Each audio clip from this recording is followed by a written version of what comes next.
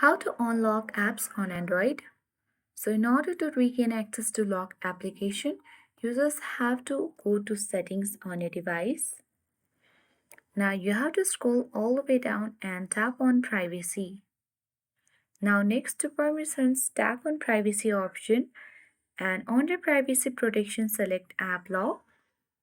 After you open AppLock, you just have to verify your device with your fingerprint or any password. Once you verify your device, you need to select the locked option which is next to all, and here you will easily see all the locked application on your device. So in order to unlock this app, you have to simply toggle off the button and then you can easily regain the access to your locked applications. Go back and now you can easily make changes to this Snapchat application.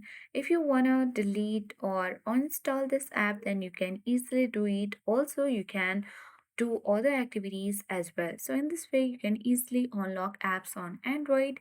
I hope this video was helpful. If it was, then do like, share and comment on this video. If you are new to our channel, then subscribe to our channel and press the notification bell so that you won't miss any updates from this channel. Thank you for watching and see you in the next video.